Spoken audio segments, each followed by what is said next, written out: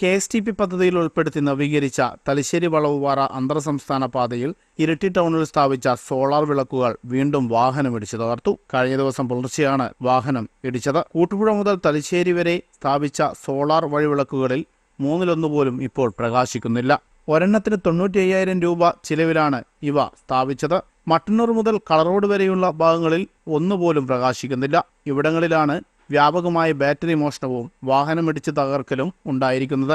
ഇരിട്ടി ടൗണിൽ പ്രവർത്തനരഹിതമായ 30ഓളം വിളക്കുകളിൽ മുസ്ലിം പള്ളിക്ക് സമീപം സ്ഥാപിച്ച സോളാർ വിളക്കാണ് കഴിഞ്ഞ ദിവസം പുലർച്ചെ വാഹനമിടിച്ച് തകർത്തത്. KSTP സ്ഥാപിച്ചിട്ടുള്ള റോഡ് പണിയുടെ ഭാഗമായി സ്ഥാപിച്ച വഴിവിളക്കുകൾ നമുക്കെല്ലാം അറിയുന്ന പോലെ ഇത് പലവട്ടം ഈ വിഷയം താലൂക്ക് സഭയിലും എല്ലാം ഉന്നയിച്ചിട്ടുള്ളതാണ്.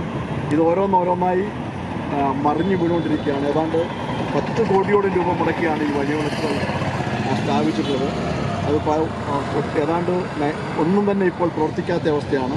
അതിൻ്റെ ബാറ്ററി എല്ലാം വീണ് ആളുകൾക്ക് പരിക്ക് പറ്റുന്ന സാഹചര്യമാണ് ഉണ്ടാകുന്നത്. നമുക്കെല്ലാം അറിയാം. ഈ കാര്യത്തിൻ്റെ അകത്ത് പലവട്ടം താലൂക്ക് സഭയിലും ഉദ്യോഗസ്ഥന്മാരുടെ മുമ്പിലും എല്ലാം ഈ വിഷയം ഉന്നയിച്ചെങ്കിൽ പോലും ഇതിനൊരു പരിഹാരം ഉണ്ടാക്കാൻ ആവശ്യമായിട്ടുള്ള യാതൊരു നടപടികളും അധികൃതരുടെ ഭാഗത്തു നിന്ന് ഉണ്ടാകാത്തത് ഏറെ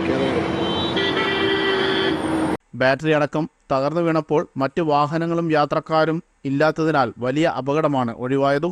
തകർന്നു വീണ വഴിവിളക്കുകൾ തൊഴിലാളികൾ ഡിവൈഡറിന് മുകളിൽ എടുത്തുവെക്കുകയായിരുന്നു.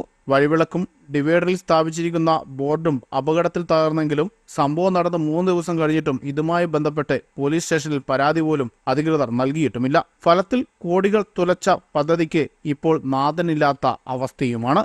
News bureau, Iritty.